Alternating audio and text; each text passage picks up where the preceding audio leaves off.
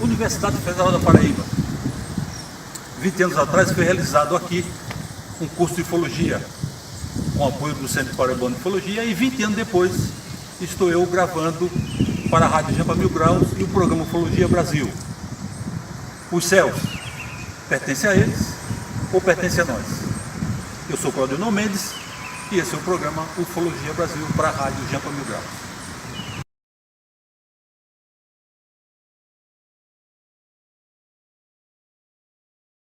Boa noite, amigos e amigas que acompanham a nossa Rádio Jampa Mil Graus, específico programa Ufologia Brasil.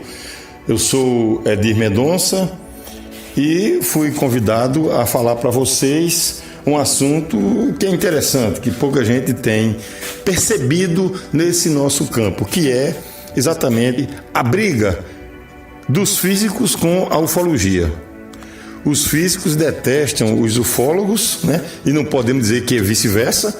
Os ufólogos não têm nada contra os físicos, né? Mas eles têm uma raiva danada das nossas ideias. Mas então vamos falar sobre essa briga. Mas antes vamos falar algumas coisas, passar para vocês alguns conceitos, alguns dados, que esses dados e conceitos que eu vou passar para vocês são unânimes entre os cientistas. E aí, nesse ponto aí, os físicos e os ufólogos estão de comum acordo. Vamos lá, que dados são esses? Primeiro, vamos falar aqui sobre o nosso universo. E quando eu me refiro aos físicos, é a parte da física moderna. Porque a física se divide em duas. A física clássica, que é aqueles que eles dizem que é antes de Einstein, e a física moderna, que é de Einstein para cá. E aí estuda as cosmologia, as galáxias, os buracos negros, etc. Né? E também estuda a microfísica, que é o estudo das partículas subatômicas. Então vamos discutir aqui a física moderna, a parte da cosmologia. Então vamos lá. O primeiro dado, então, é esse, é a parte da idade do universo. O nosso universo, isso é unanimidade entre os cientistas, foi criado há cerca de 13,7 ou 13,8 bilhões de anos. Não são milhões de anos, são bilhões de anos que o nosso universo existe. De 13,7 a 13,8 bilhões de anos. Né?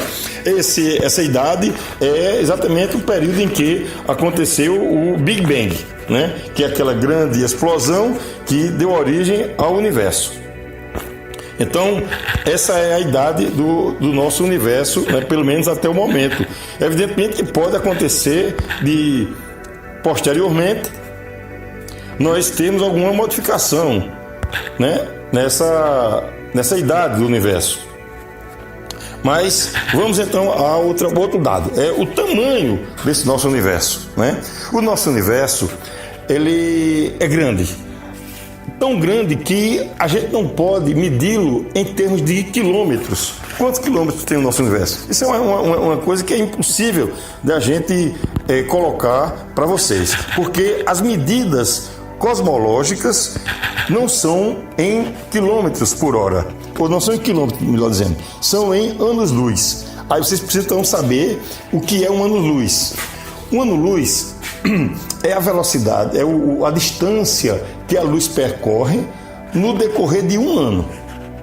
Em um ano, a luz percorre essa distância. Aí, essa distância percorrida pela luz em um ano é chamada um ano-luz. Vamos então, para vocês terem uma ideia, o que é um ano, o que é a velocidade da luz?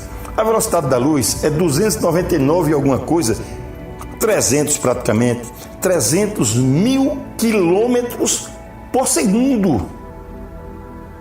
300 mil quilômetros por segundo. Isso significa dizer que é possível que a luz, para ir à Lua e voltar, gasta menos de 3 segundos.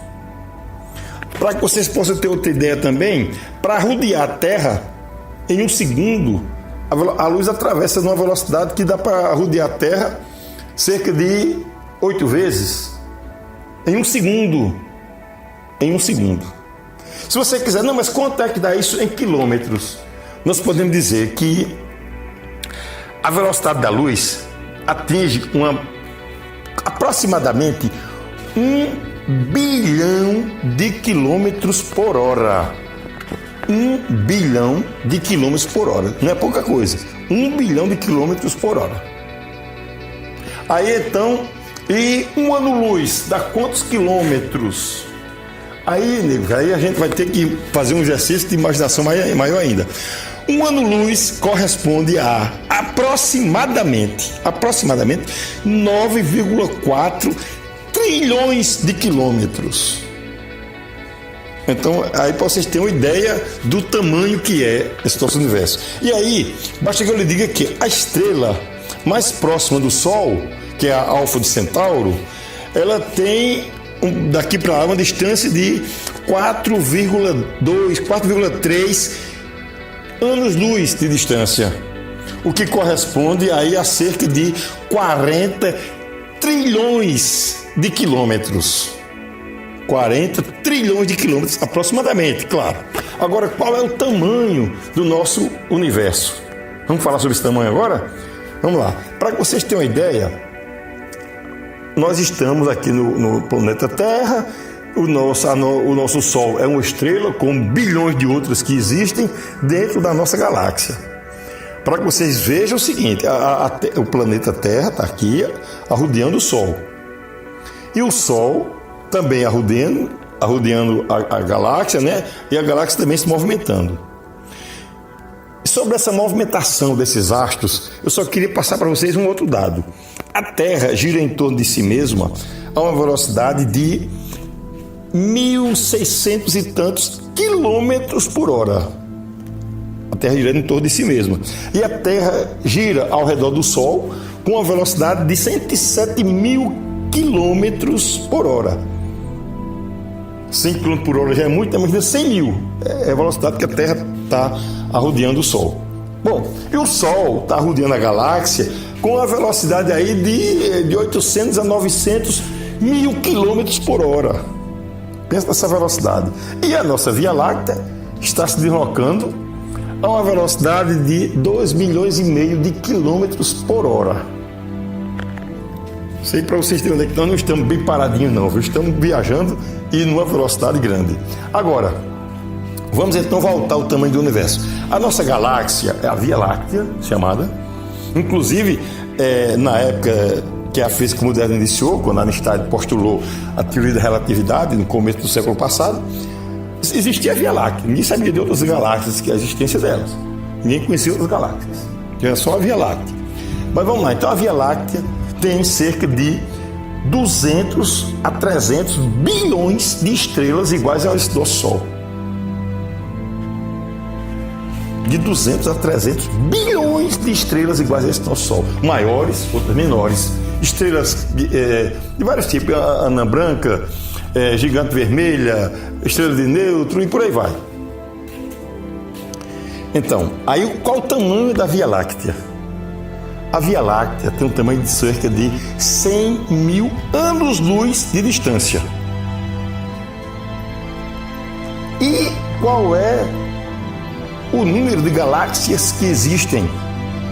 Antigamente, como eu disse há pouco, na época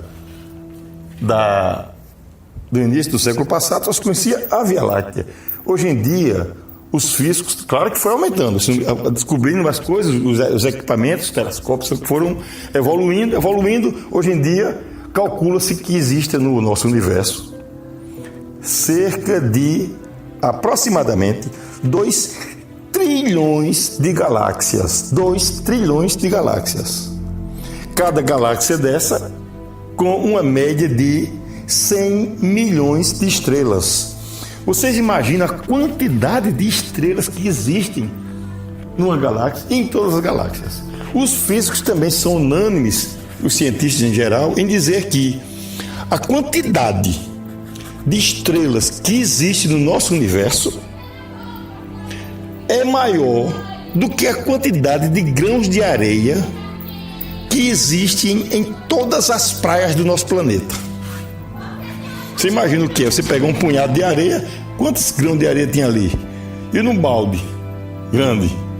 Quantos grãos? E em todas as praias, né? Por vocês têm uma ideia de quantas estrelas tem no nosso universo. Agora, então, para finalizar esses dados, vamos falar sobre então, o tamanho do nosso universo. Calcula-se que o nosso universo tenha uma extensão, um diâmetro de aproximadamente 92 bilhões de anos-luz. 92 bilhões de anos-luz. Agora vem, então, vamos partir agora para a briga? Quem gosta de brigar aí, fique mais atento.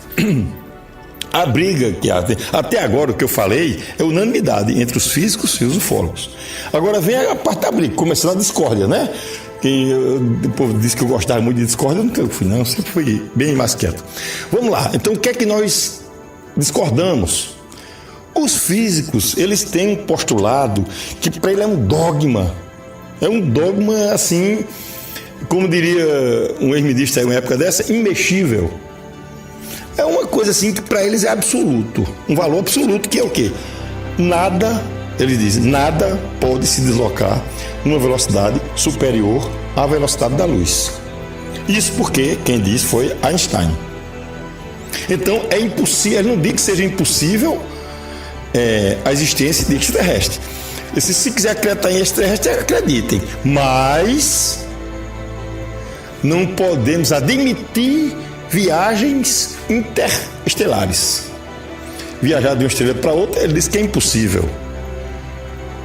Porque Einstein está lá. Nada pode viajar a velocidade superior à velocidade da luz. E se você levar em consideração com a nossa tecnologia de hoje, com o nosso conhecimento de hoje, eles estão certos. Com o nosso conhecimento de hoje e com a nossa tecnologia de hoje. Por quê? Como eu disse ainda há pouco, se nós quisermos viajar do nosso sistema solar, aqui, do nosso Sol, para a estrela mais próxima que existe, nós vamos gastar aí a distância, como eu já disse, em torno de 4,3 anos-luz, né? 4,3 anos-luz. Então, em quilômetros, como eu disse, daria aproximadamente 40 trilhões de quilômetros. Se você pegar a nave espacial mais veloz que existe hoje com a nossa tecnologia, ela viajaria aí a uns, 40 mil quilômetros por hora.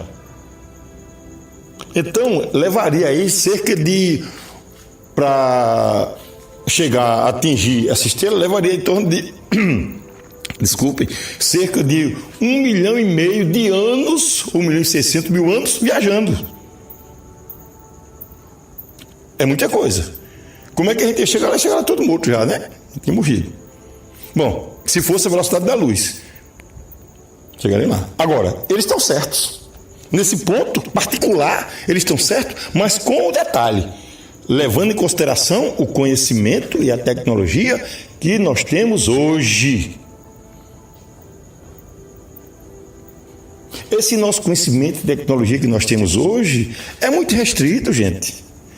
Para que vocês tenham uma ideia, até 1995, há 25 anos, não existiam planetas fora do nosso sistema solar. Nenhuma estrela tinha planeta. O pessoal pensava que tinha, não sabia se tinha ou não. Hoje em dia, já se descobriu mais de 1 milhão de planetas. Nesses 25 anos, milhões de planetas foram descobertos. Em 25 anos. Você imagina. Então, vamos levar em consideração o seguinte. Olha, Einstein postulou a teoria da relatividade há 100 anos. Vocês acham que ele não vai ser superado daqui a mais 100 anos? Vamos mais a fundo. A física começou quando? Começou lá com Newton, digamos assim. O primeiro pontapé aqui, menos de 500 anos. Então, vamos voltar. O que era a física antes de Newton? Nada. Há 500 anos não era nada. Agora, vamos botar aqui, faça uma projeção. O que vai ser a física daqui a 500 anos? Nesses 1000 anos, 500 para trás, 500 para frente, né? Nesses 1000 anos, o que vai ser a física? Alguém consegue imaginar? E dizer que Einstein é insuperável? Não dá. Né? Agora, 1000 anos não é nada no nosso universo. Você imagine o que seria a física com a diferença de 1 milhão de anos. E 1 bilhão de anos. Certo? Não vai ser superado, Einstein. Que dogma danado é esse? Agora, e tem eu digo mais. Eu digo assim, vou até lembrar de uma coisa interessante que eu li há muitos anos numa revista. Eu não vou conseguir lembrar, se eu pesquisar, acho que não sei se eu consigo encontrar. Uma revista chamada Seleções, que eu gostava de ler quando era menino, depois deixei de gostar. Mas Tem uma história na revista Seleções que um cidadão, parece que no ano, se não me engano, no ano de 1911, pediu demissão do escritório de patentes dos Estados Unidos, porque ele disse: o mundo avançou tanto que não tem mais o que inventarem. Isso em 1911. Você imagina se esse cidadão estivesse vivendo aqui hoje? Então essa visão estreita é a mesma que os físicos estão adotando. Por quê? Eles não admitem certas coisas. Vejam só, o nosso universo, como eu disse no começo, tem 13,7 ou 13,8 bilhões de anos. O que impede que nesses no comecinho, passando 3 bilhões ou 3,7 bilhões, 3, surgiu uma civilização igual à nossa? E se essa civilização foi evoluindo nesses 10 bilhões de anos? Vocês acham que uma civilização como a nossa, daqui a 10 bilhões de anos, vai ter avançado pouco ou muito? Mas eles acham que não. Parou aqui, estacionou e acabou. Não evoluiu mais nada. Ninguém pode modificar o que Einstein postulou. Eu acho isso não vou dizer idiotice não, só vou dizer uma mentalidade estreita, digamos assim, a asseverar isso, né? Bom, agora, e a nossa ciência é limitada ainda, está engatinhando. Vejam vocês que, como eu digo, quando Einstein postulou essa teoria da relatividade, só existia uma galáxia no nosso universo. Hoje existem 2 trilhões de galáxias. 2 trilhões de galáxias. O conhecimento de uma galáxia só é muito pouco. O ser humano, a nossa civilização, ainda não conseguiu sair da Terra para outro planeta. Como é que vai dizer que o conhecimento que existe nos outros planetas, nas outras galáxias, até mesmo, inclusive, hoje em dia, eu esqueci de dizer no começo, mas o nosso universo não é único. Hoje em dia, calcula-se que, provou-se já até, que existe o nosso universo, existem os multiversos, vários e vários universos iguais ao nosso, ou paralelos ao nosso. Universos paralelos existem aí para isso. E você, com um conhecimento restrito a uma galáxia, postula uma coisa, isso não vai ser superado? Bom, então essa aqui é a grande briga com os nossos amigos e companheiros da física. E, evidentemente, que nós, até mesmo aqui na Terra, nós temos ainda um outro físico, conhecido como Nikolai Kardashev, que ele estabeleceu uma escala chamada escala de Kardashev. Essa escala depois foi melhorada e chegou a ter 7 níveis de evolução da tecnologia e do conhecimento humanos. Segundo essa escala, atualmente o ser humano está no primeiro grau da escala, que vai até 7. No primeiro, em cerca de 60% a 70% do primeiro grau de evolução. Quando ele passar do primeiro grau, que esse primeiro grau de evolução é quando ele consegue aproveitar a energia da sua estrela. E para vocês terem uma ideia, o ser humano é tão avançado que está acabando com o planeta, porque está usando combustíveis fósseis quando devia usar combustíveis, energias renováveis, está acabando com o planeta e é evolução, não passa disso. Então Kardashev diz que é possível até que uma civilização que tenha bilhões de anos a mais do que a nossa possa até manipular a energia das galáxias, pode transitar de um universo para outro. Enfim, tem muita coisa a se estudar. E então os físicos não admitem que essas viagens interestelares são possíveis. Eles não aceitam que sejam possíveis. Agora acontece que a própria física, até mesmo o próprio Einstein, admitiu que existiam os buracos de minhoca. Para quem não conhece, buraco de minhoca é uma passagem cósmica. Você encurtar distâncias. Você não consegue ver um buraco de minhoca, nem consegue manipulá-lo por enquanto, mas você vai de uma distância que é milhões de anos-luz e passa um segundo, como fossem os atalhos que tem. E isso sem levar em consideração outra coisa, que o universo, já se descobriu recentemente, não se restringe às 3 dimensões tradicionais. Quais são as 3? Só para relembrar, para quem não está afinado com esse tipo de conhecimento. Vamos lá, o que é a primeira dimensão? A primeira dimensão é o comprimento.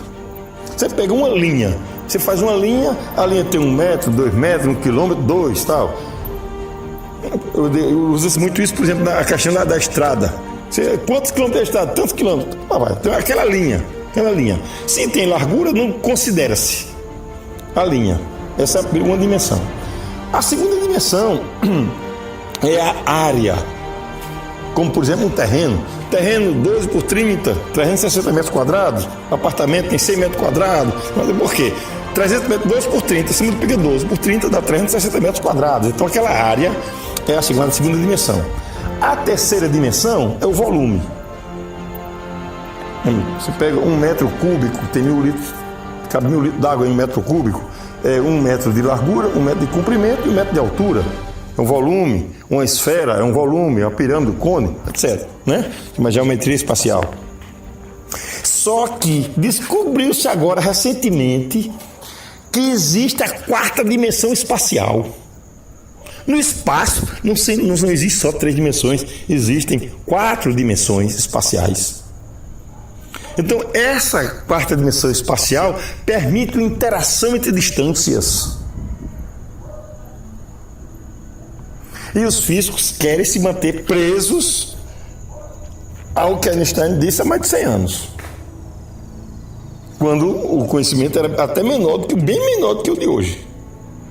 Então, eles não admitem essa viagem interestelar, por isso que é a briga deles. Agora, imagina vocês, se a gente chega a fazer contato com seres de outro planeta e eles chegam aqui com a tecnologia.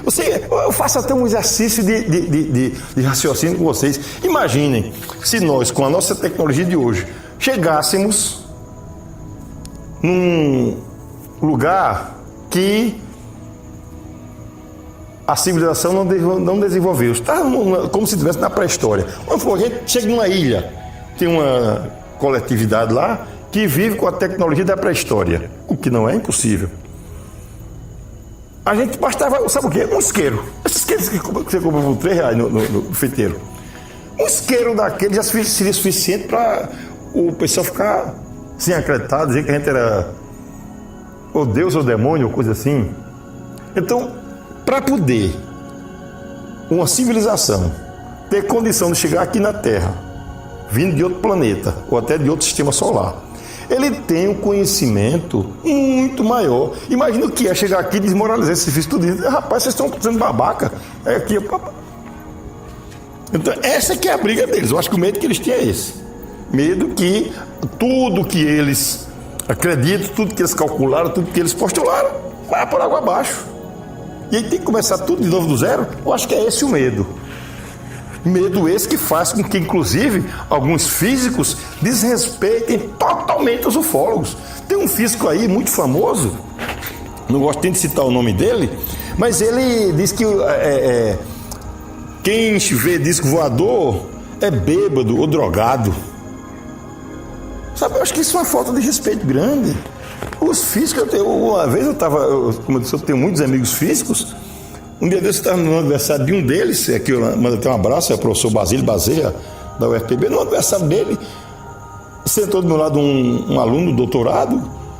Aí, quando alguém falou que eu gostava de estudar ufologia, o cara deu um pulo, parecia que eu estava com uma doença contagiosa grave, com Covid, por exemplo. O cara deu um pulo da cadeira, saiu correndo de perto de mim, foi lá para o outro lado com medo, porque os físicos perseguem quem pelo menos conversar com o ufólogo. É desse jeito que eles lidam com a coisa. Vocês não têm essa habilidade e conhecimento. Inclusive, numa das brigas que eu tive com eles, com os físicos do Departamento de Física da UFPB, alguns deles em briga em claro e formal, a gente discutindo, eu disse, olha, teve um cientista que disse uma frase há quase 100 anos, ele disse, é mais fácil quebrar um átomo do que um preconceito. Sabe quem foi? O próprio Einstein. Então tem um preconceito grande contra novos conhecimentos, contra novas tecnologias, novos avanços. Então é preciso se colocar as coisas no devido lugar. Então, gente, eu espero que vocês tenham compreendido mais ou menos assim essas coisas que eu falei, esses dados que eu passei para vocês, os dados da física, da cosmologia. E me coloco à disposição, se alguém quiser questionar aí, depois vou deixar o meu contato também aqui no programa para quem quiser conversar comigo, marcar alguma coisa, reunião, debate, etc. Estou à disposição de vocês, ok? Obrigado, espero que vocês tenham gostado.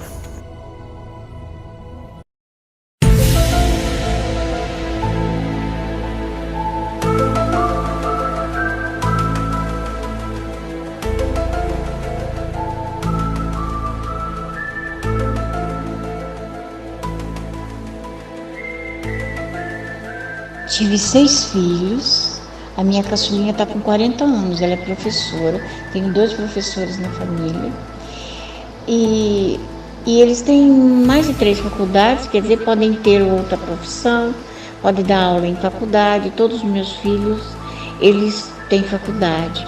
Eu já perdi 2 filhos com câncer, um eu perdi, tinha 7 meses de idade, já tinha o câncer, né, há muitos anos atrás, e o outro eu perdi há 20 anos, também com câncer, com 33 anos. Então, no total eu tinha 7 filhos, né, então tenho 5 hoje. E aí aí passei por dificuldades, fui trabalhar como merendeira, porque eu adoro cozinhar, e tudo que eu sei cozinhar aprendi com meu pai, que ele era engenheiro do rancho no exército, né? Então ele sabia muito e me ensinou tudo que sabia, e eu sei muita coisa graças a ele.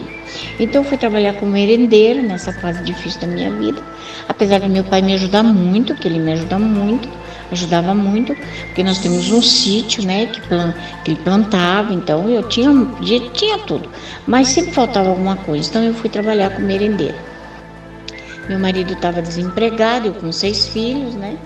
Então numa tarde, que eu trabalhava à tarde nessa escola, eu fui sentar lá fora, né, no pátio, que do lado tem uma quadra, e eles estavam jogando basquete, né, as crianças, e eu fiquei olhando a Copa dos Pinheiros, que lá é totalmente cheio de pinheiro, não sei se ainda é, porque eu não fui lá depois disso, né?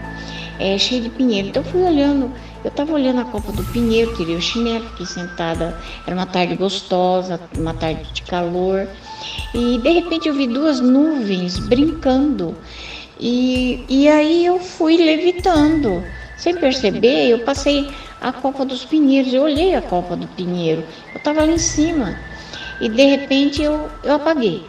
Quando eu acordei, eu estava num lugar todo branco, e o chão era um talco geladinho, sabe? Era feito, parece que de talco geladinho, e tudo era branco. E eu vi um portão imenso, nunca vi um portão tão grande, cabia acho que 10 carretas, sei lá. E aí eu entrei nesse portão, ele estava entreaberto, tinha uma cabine tipo sentinela, e de repente veio um homenzinho correndo para mim, né? Vai embora, sai daqui.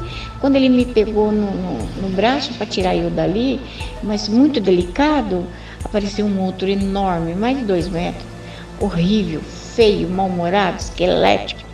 Ele estava aqui parecendo com uma armadura, mas não era ele mesmo, era a pele dele mesmo. Uma pele tipo sapo, sabe? E aí me pegou pelo braço, me arrastou e falou: você deixou ela entrar?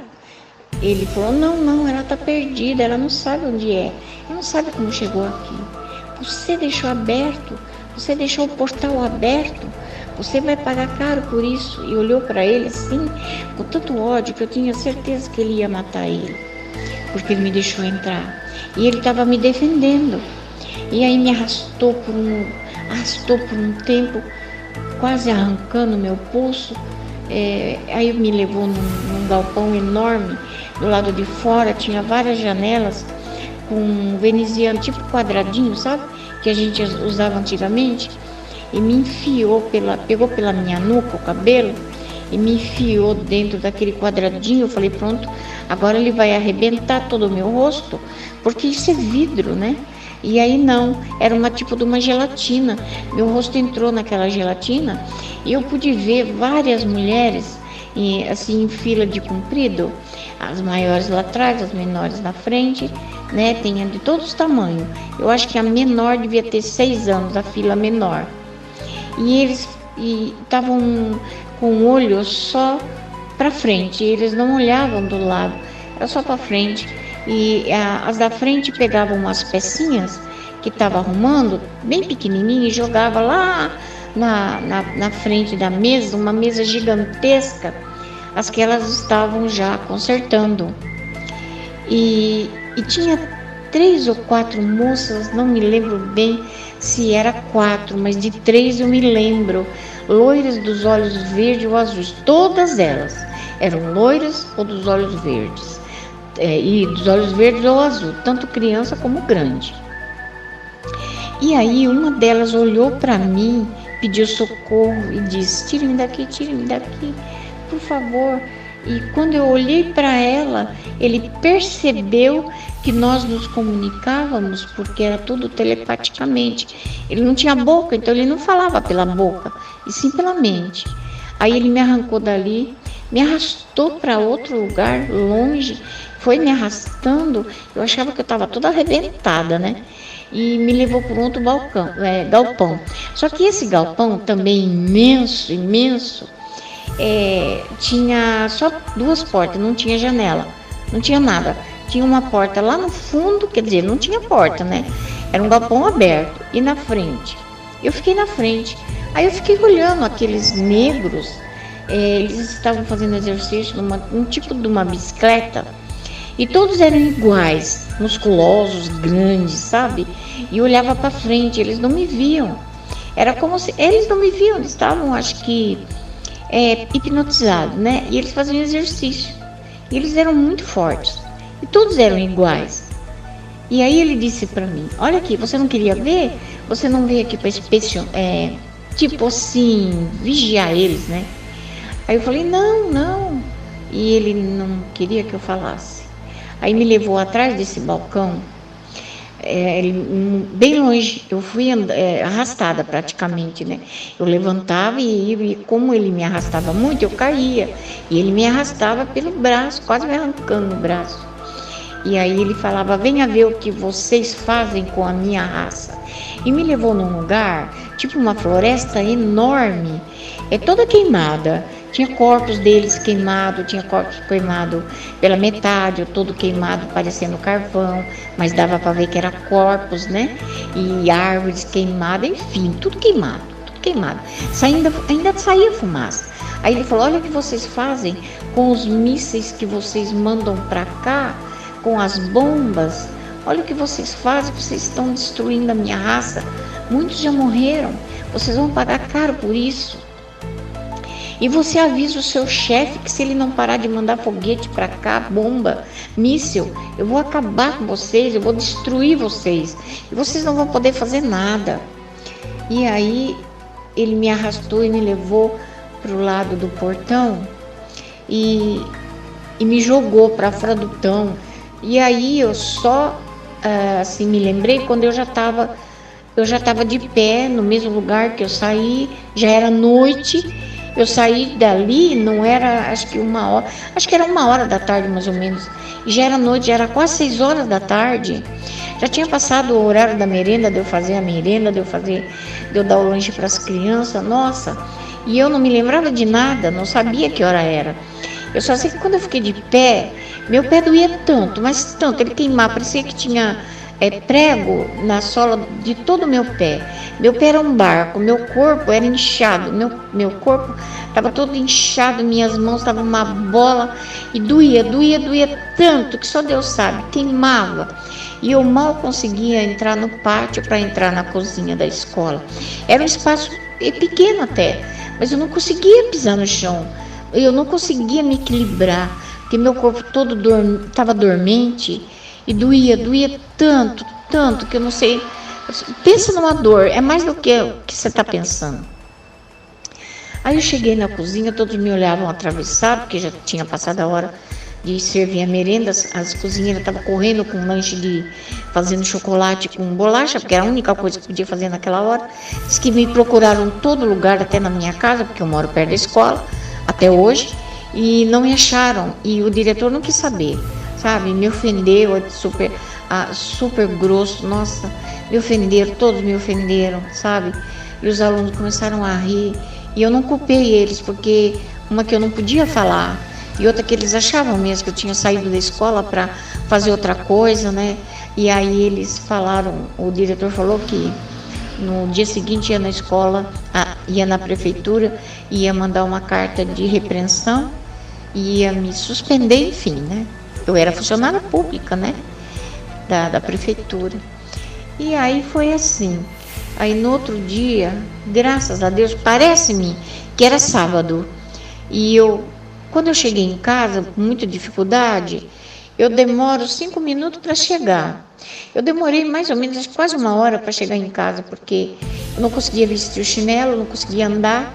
Eu chorei até chegar em casa de tanta dor no meu pé, mas eu tive que ir para casa sozinha.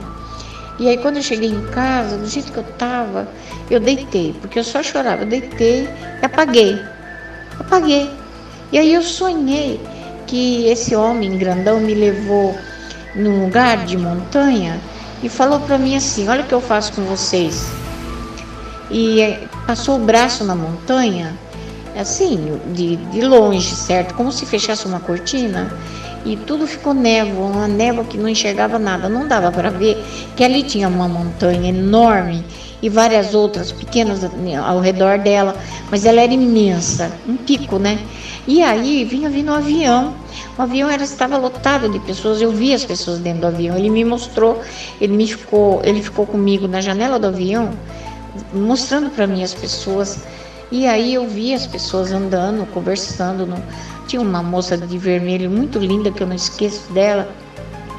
Ela estava tomando alguma coisa e conversava com um rapaz no banco, encostada no banco do avião, né, dela. E aí, de repente, quando ele fez isso com a montanha, que desapareceu a montanha, eu percebi o que ele ia fazer. Eu comecei a gritar o piloto: cuidado, a montanha, mas eu gritei tanto, mas tanto, que minha garganta doeu tanto, queimou tanto, que eu não conseguia mais falar. E aí o avião bateu na montanha e foi como se amassasse um papel, o bico dele, sabe? Quando você amassa um papel, e aí explodiu. Aí o fogo veio para dentro do avião, queimando aquelas pessoas. E aí ele ria. A risada dele ficou por anos na minha mente, eu não conseguia esquecer a risada dele, sabe? O som da risada dele, horrível.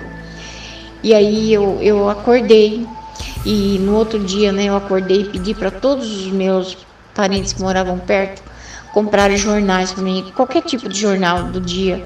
E num desses jornais, eu não me lembro se foi o Notícia Popular, se foi a Folha de São Paulo, a Folha da Tarde, eu não me lembro, tinha essa notícia desse avião. Esse avião que explodiu, bateu na montanha e morreu todos os passageiros, era mais de 100. E aí criticavam o piloto, como ele não pôde ver aquela montanha, e eu não podia falar nada, não conseguia, e nem que eu quisesse, ninguém iria me acreditar. Quem queria me levar no presidente dos Estados Unidos na época, né, que era o meu chefe, como ele disse, ele me mostrou o presidente dos Estados Unidos, disse que era meu chefe. Como eu poderia ir lá e dar o recado para ele? Sabe, e ele me ameaçou que se eu não desse o recado, ele levaria toda a minha família. E aí o medo que eu tive, porque ele disse para mim que não adianta parede, porta, telhado, que eles passam onde tiver, eles são invisíveis, né? Nós não vemos, mas eles nos veem. Então eu fiquei tão apavorada. Nossa, eu não sei, eu não conseguia trabalhar, mas eu fui trabalhar, acho que na segunda-feira ou terça. Aguentei 2 meses e meio de esculacho, de humilhação, né?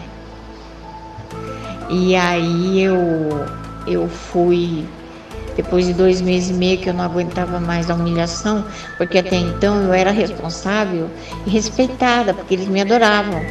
Mas aí eles achavam que eu era irresponsável e que eu era uma pessoa não grata, né? E sabe, e sofri todo tipo de humilhação. E o pior é que eu não podia falar. E aí meu marido também nunca soube, ele achava que eu estava estranha, né? Mas eu não podia falar para ninguém. Você imagine, todos esses anos eu ter que ficar quieta, não contar para ninguém. Não podia falar com meu pai, porque meu pai abominava, né? Essa história de extraterrestre aí. Deus me livre se falasse alguma coisa. E também eu ficava preocupada, eu não podia falar, porque ele podia sofrer alguma repreensão no exército, né? Porque ele era um militar de carreira, né? De patente. Então eu tive que engolir tudo isso durante anos e anos e anos e anos. Você não sabe, se a gente não tem uma mente forte, a gente enlouquece. A gente enlouquece. Tem aquele coronel que se matou. Ah, sim, ele enlouqueceu, porque ele sabia que era verdade, mas não podia falar. Lembra que tem também a história dele aí no Gauss? É isso aí mesmo, a gente fica doidona, sabe? E eu tenho, graças a Deus, uma mente muito firme. Fui criada por um pai assim muito... Ele era muito enérgico, mas também muito realista, muito amoroso, sabe? Então ele nos dava conselhos. E como ele esteve na guerra, ele sempre conversava conosco sobre ideais, sabe? Sobre bens materiais, sobre valores. Então, graças a Deus, eu pude ter esse pé no chão que eu tenho até hoje. Criei meus filhos com muito amor, muito carinho.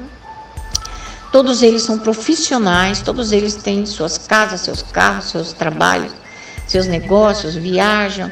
Então eu criei 6 filhos, 5 agora que eu tenho, né?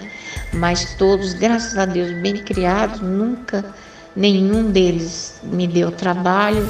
Então agradeço a meu pai por ter me dado essa educação, por ter passado essa educação para os meus filhos, mas eu não pude falar, e é horrível você ter que esconder uma parte da sua vida, porque uma parte da minha vida que eu escondi de todo mundo, sabe? Faz mais ou menos uns 5 anos, de uns 5 anos para cá, que eu conto para os meus filhos. Nem para os meus parentes eu não falo, nem para o meu marido eu não falo. Primeiro, meu marido não vai acreditar, ele ri de tudo, né? Ele acha graça em tudo. Mas meus filhos acreditam, meus netos acreditam. Inclusive foi minha neta, que já viajou para os Estados Unidos, que redigiu essa história para mim, que eu estou mandando para você. Foi ela, então ela tem tudo no computador. Eu tenho 6 netos, 1 neto, 5 netas. A minha neta mais velha tem 24 anos. E tenho neto de toda idade. A minha neta mais nova tem 8 anos. Então é isso aí. Tem muita coisa que às vezes eu me lembro, mas são detalhes pequenos, né? Mas o principal está aí. Aí você vê, em 1980, esse avião que caiu, eu acho que foi mais ou menos no mês, eu pedi a conta no mês de março, porque eu não me lembro mesmo, tem na minha carteira de trabalho, entendeu? Mas é isso aí, foi nesse ano que caiu esse avião.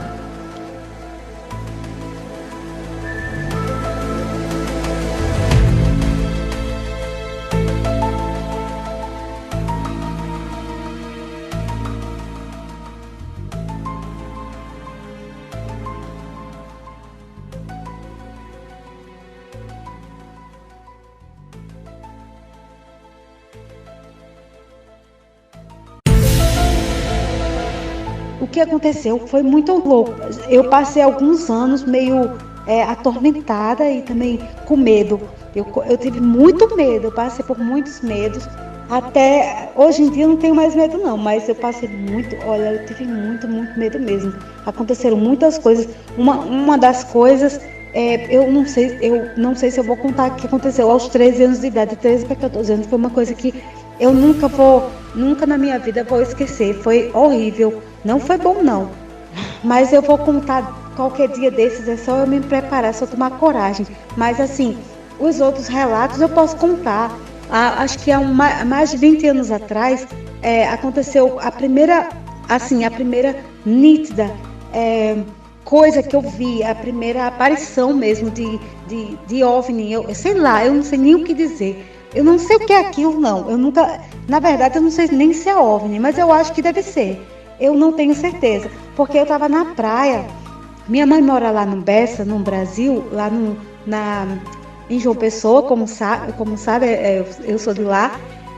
E minhas amigas sempre iam lá em casa, como ela mora mais ou menos de 200 metros do mar, então o pessoal ia lá para casa para conversar comigo, e muitas pessoas gostavam muito de desabafar os problemas. E um amigo foi lá para conversar, desabafar algumas coisas que estavam acontecendo na vida dele, problemas familiares.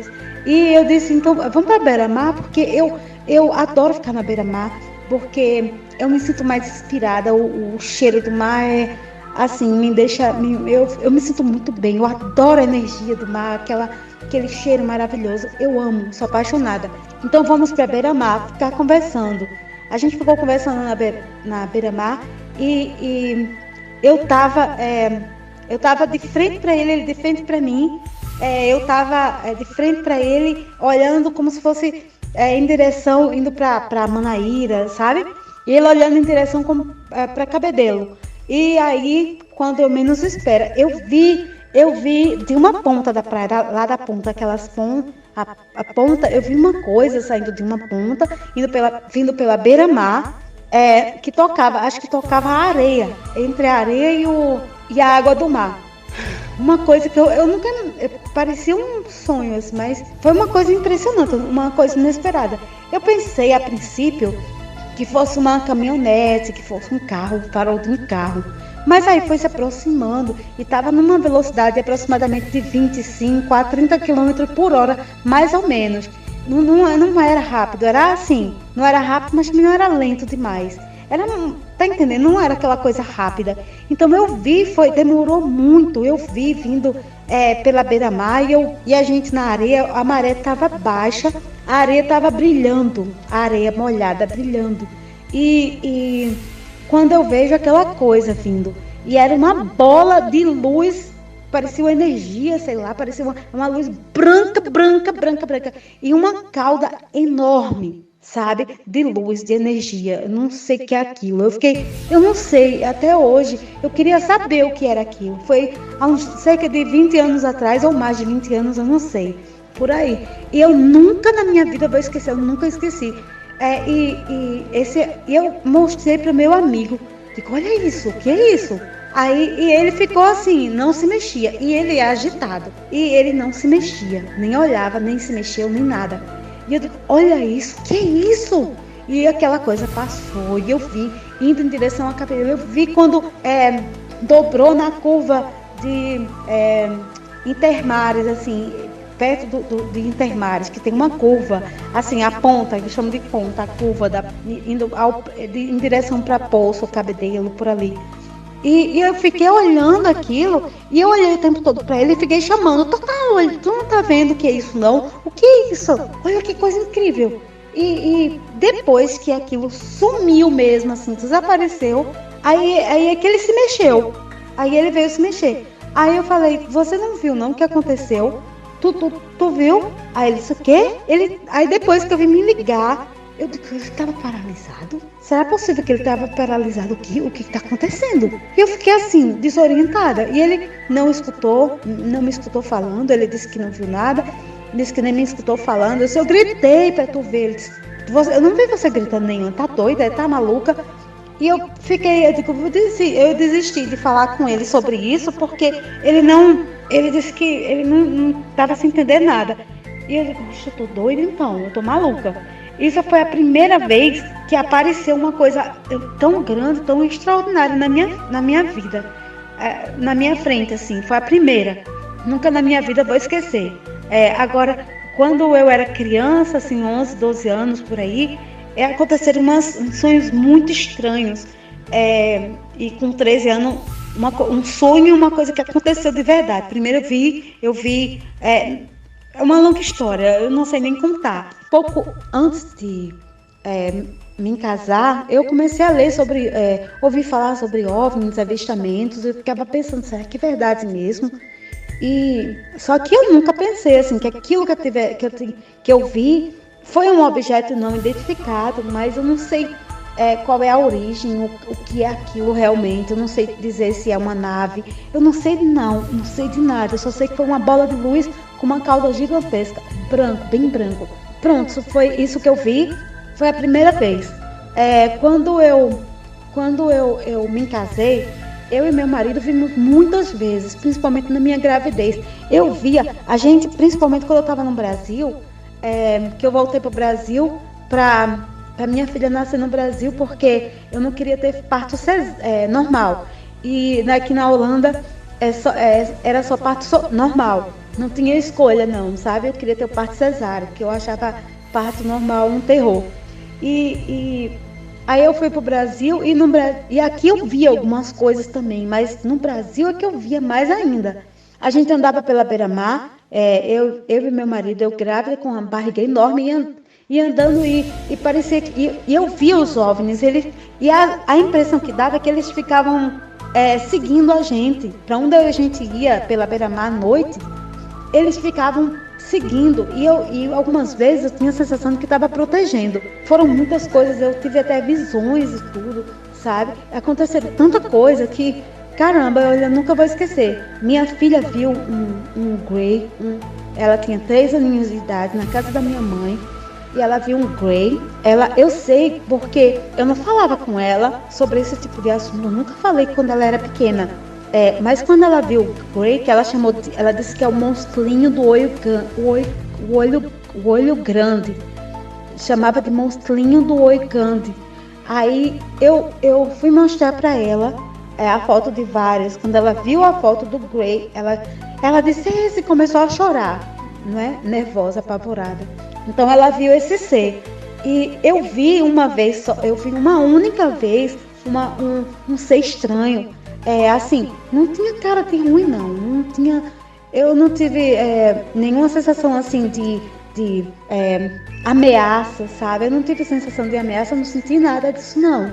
Eu fiquei assim, deslumbrada só, porque eu só via a cabeça e o pescoço, ele olhando para mim na janela da casa da minha mãe, e ele tinha os olhos bem grandes, olhos bem azuis e grandes, e a pele dele era branca, e não tinha cabelo na cabeça, e tinha o nariz e a boca pequena, né? O pescoço fino e a cabeça bem redondinha mesmo. Eu não sei se é homem ou se é mulher, não faço ideia, só sei que eu vi, eu fiquei assim, impressionada, porque eu não imaginei, e de repente sumiu, e me estava olhando, eu nunca tinha visto aquilo, nunca tinha visto nem em foto aquele tipo de ser. Recentemente me mandou um amigo meu da mesma religião que eu, me mandou a foto de seres semelhantes a esse. Ele disse, olha, eles são híbridos. Então eu li, já esqueci até o nome da raça, e ele falou que são híbridos. Eu fiquei assim, digo, caramba, será que ele é um híbrido meu? Aí um outro amigo meu da mesma religião que eu, ele disse, olha, o que pode estar acontecendo é que eles talvez tenham coletado o seu óvulo para fecundar um bebê, sei lá, uma mistura, sei lá, não sei exatamente, mas ele falou isso. E também porque ficou olhando para mim de uma forma até doce, sabe, de uma forma bem, bem doce, eu não faço ideia. Minha filha, quando tinha 6 anos de idade mais ou menos, ela disse que viu um menino, uma menina, não sei, e ela diz até hoje que lembra da roupa dele, todo azul, dormindo perto dela, assim, olhando para ela.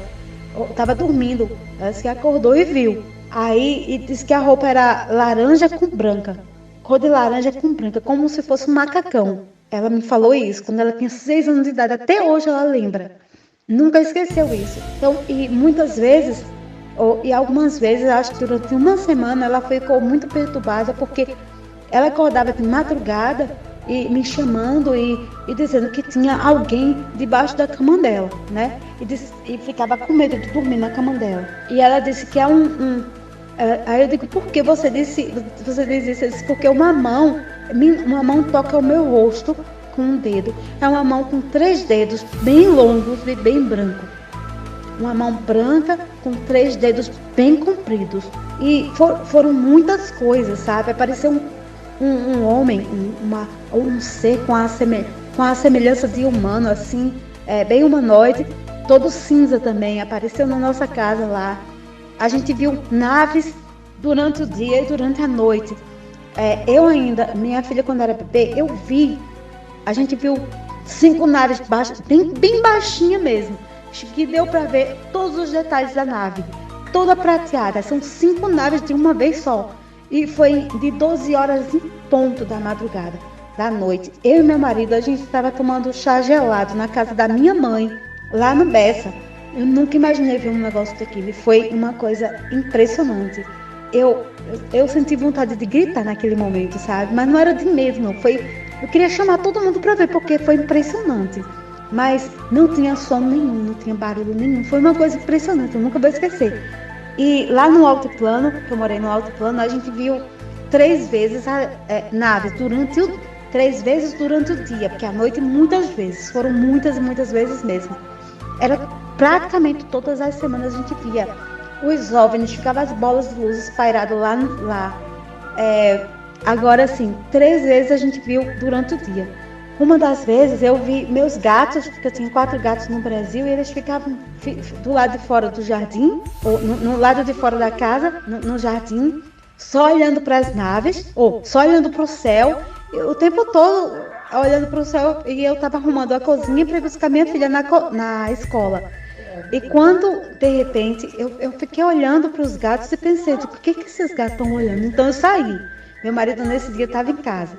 E eu fui olhar. Quando eu fui olhar, tinha uma nave pairada no céu.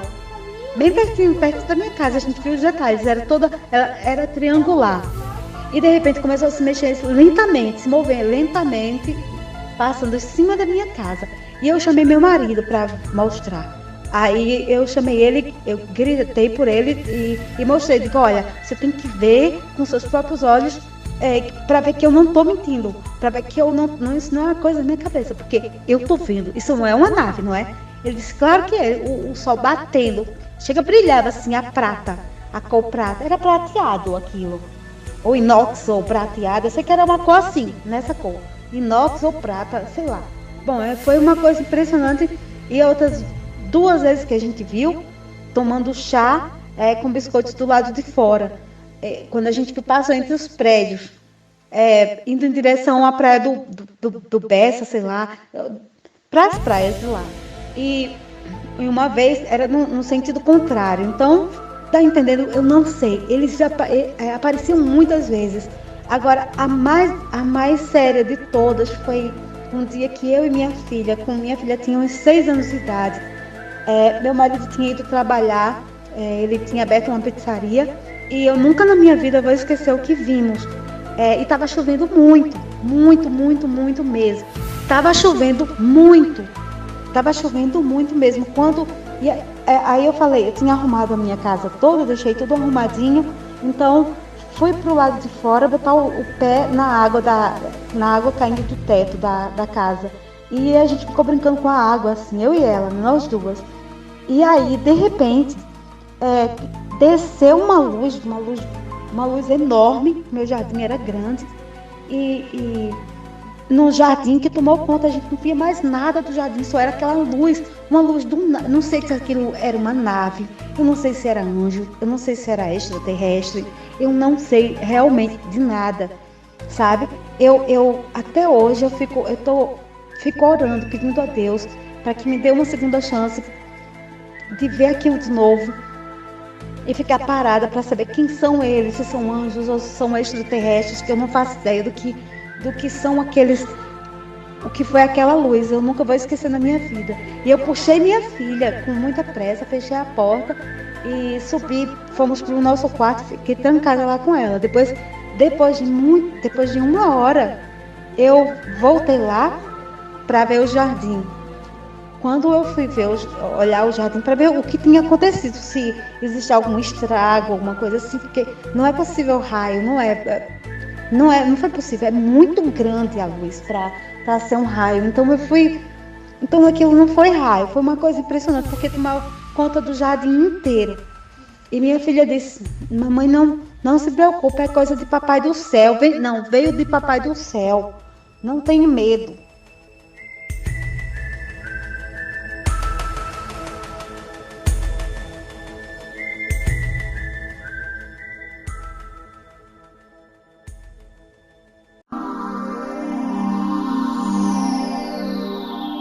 Boa noite, ouvintes da Rádio Jampa Mil Graus. Boa noite, Cláudio Nur Mendes, presidente do Centro Paraibano de Ufologia. Aqui quem fala é Martinho Barbosa e hoje trago-vos um novo relato, no qual foi investigado pelo Centro Paraibano de Ufologia.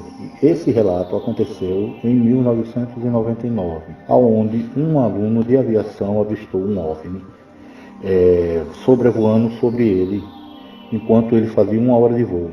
Não será relatado nem o nome nem o local para preservar a identidade do aluno, no qual nos relatou que sobrevoava sobre o Oceano Atlântico por volta das 4h45 da tarde, quando de repente o sindicata o indagou a retornar ao aeródromo. Ele precisou baixar a altitude da aeronave para fazer alguns cálculos para retornar, pois fazia pouco tempo que voava e ainda possuía muito combustível no tanque. Ao fazer isso, e com ele iniciar os seus cálculos, ele avistou um enorme OVNI em forma de charuto, indagando ele que este OVNI possuía mais de 150 metros de tamanho. Ao perceber que o OVNI voava a grande velocidade, também notou que havia 2 aviões da FAB, indagando ele o modelo desses aviões. Ele relatou que eram F-5, aeronaves F-5, e estavam perseguindo o OVNI. Ao se assustar diante do acontecido, resolveu retornar ao aeródromo sem fazer nenhum cálculo. Pousando no aeródromo, ele estranhou a presença de algumas aeronaves militares, pois não era de costume que essas aeronaves pousassem no próprio aeródromo. Quando ele desceu da aeronave, um dos funcionários do aeródromo o indagou, mandando que ele fosse até o hangar de aula, pois havia algumas pessoas que queriam falar com ele. Ao passar pela aeronave, ele percebeu que as 2 aeronaves, 2 helicópteros, estavam com uma tarja preta sobre a indicação da aeronave. Chegando no hangar, ele foi levado para dentro do hangar e começou uma sequência de perguntas, onde eles faziam a mesma pergunta. Perguntavam a ele o que ele viu. E ele respondia: eu vi um OVNI em forma de charuto e 2 aeronaves F-5 militares o perseguindo. Quando ele terminava de responder, outro oficial ia até ele e fazia a mesma pergunta. E ele perguntava, e ele respondia a mesma coisa, sempre a mesma coisa. Que tinha avistado um OVNI e 2 aeronaves F-5 o perseguiam. Depois de mais de 2 horas de caso, de acontecido, de relatos e de indagações, ele veio a se ficar exausto. E quando foi feita a mesma pergunta, ele indagou: não vi nada, não aconteceu nada. Ao responder isso, um dos oficiais chegou até o ouvido dele e o falou: olha, se você continuar assim, não acontecerá nada nem com você e nem com a sua família. Dado o momento que ele relatou, que ele falou que não viu nada, os oficiais saíram de dentro do aeródromo, do hangar, se dirigiram à aeronave, mas ele não foi permitida a sua saída. Só foi permitida sua saída depois que os 2 helicópteros decolaram e um tempo passado de 5 minutos. Dado esse momento, alguns dias depois, ele foi até o aeródromo, foi tentar tirar o seu brevet, mas não conseguiu, porque foi indagado que ele tinha um problema na mão e ele não poderia concluir o voo, porque a sua mão não dava-lhe condições para pilotar a aeronave. Caso verídico, mas que não o atrapalhava em nada de pilotar, a sua capacidade em pilotar. Este foi mais um caso que aconteceu e foi investigado pelo Centro Paraibano de Ufologia.